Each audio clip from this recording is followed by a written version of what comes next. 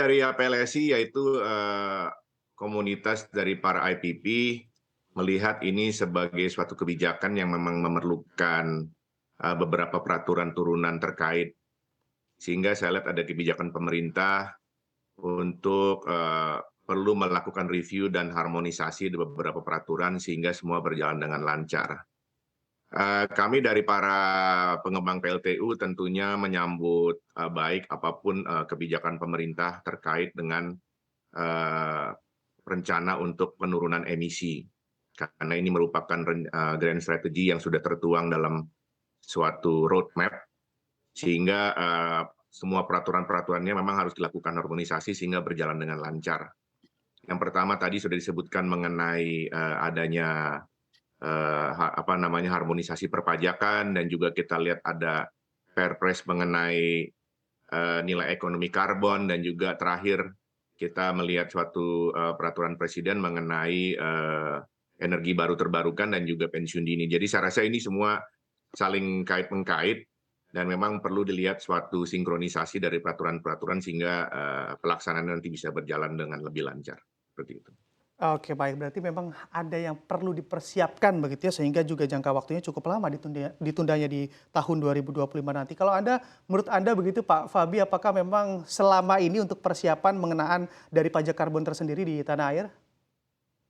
Ya, kalau saya lihat ini mungkin 2025 itu perlu diklarifikasi ya, apakah memang ditunda seperti yang disebutkan sebelumnya atau eh, memang sesuai dengan jadwalnya. Jadi kalau kita tahu sebenarnya penerapan pajak karbon sejak awal itu secara penuh ya untuk seluruh sektor, untuk termasuk industri yang intensif energi, memang direncanakan tahun 2025, dan sebenarnya tugas dari pemerintah adalah menyusun peta jalannya ya. Dan kalau kita lihat sesuai dengan undang-undang harmonisasi perpajakan, itu kan sudah disebutkan bahwa pajak karbon itu akan diterapkan mulai 1 April 2022, lalu kemudian ditunda ya ke bulan Juli. Dan sebenarnya ini untuk diterapkan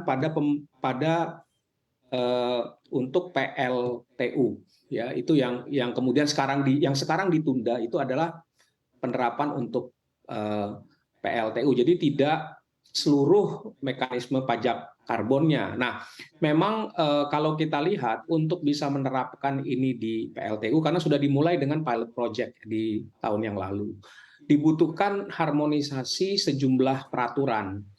Ya, jadi ini kan ada dua peraturan yang sekarang berlaku. Yang pertama adalah Perpres mengenai nilai ekonomi karbon, dan yang kedua adalah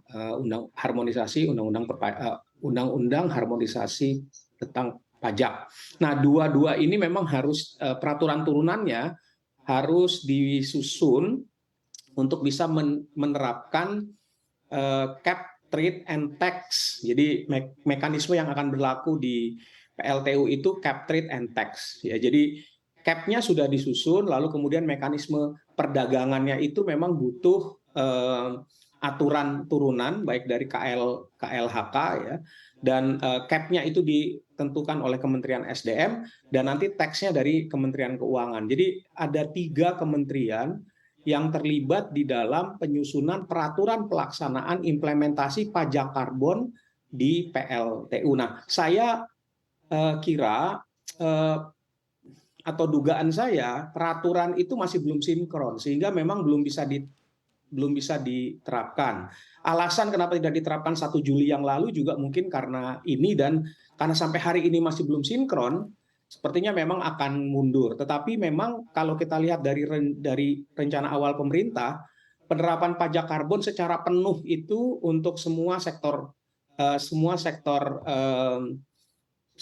industri, termasuk pembangkitan tenaga listrik, baru akan dilakukan di 2025. Jadi mungkin ini masalah komunikasi ya, kalau saya lihat. Tapi saya masih berharap bahwa pemerintah bisa mengklarifikasi ini, termasuk rencana untuk penerapan cap, trade, and tax di PLTU.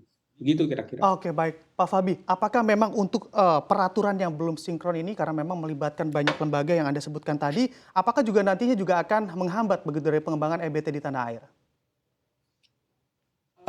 Sebenarnya pengembangan energi terbarukan ya, saya mungkin lebih cocok untuk menggunakan itu ya ketimbang energi baru terbarukan. Jadi pengembangan energi terbarukan sebenarnya bisa tidak harus terganjal oleh penerapan pajak karbon.